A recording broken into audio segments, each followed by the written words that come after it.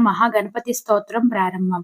స్మరామి దేవదేవేశం వక్రతుండం మహాబలం షడక్షరం కృపా సింధుం నమామి రుణముక్తయ ఏకాక్షరం ఏకదంతం ఏకం బ్రహ్మ సనాతనం ఏకమేవాద్వితీయం చ నమామి రుణముక్తయే మహాగణపతిం దేవం మహాసత్వం మహాబలం మహావిఘ్నహరం శంభో నమామి రుణముక్తయే కృష్ణాంబరం కృష్ణవర్ణం కృష్ణగంధానులేపనం కృష్ణసర్పోపవీతం చ నమామి రుణముక్తయే రక్తాంబరం రక్తవర్ణం రక్తగంధానులేపనం రక్తపుష్పప్రియం దేవం నమామి రుణముక్తయే పీతాంబరం పీతవర్ణం పీతగంధానులేపనం పీతపుష్పప్రియం దేవం నమామి రుణముక్తయే ధూమ్రాంబరం ధూమ్రవర్ణం ధూమ్రగంధానులేపనం హోమధూమప్రియం దేవం నమామి రుణముక్తయే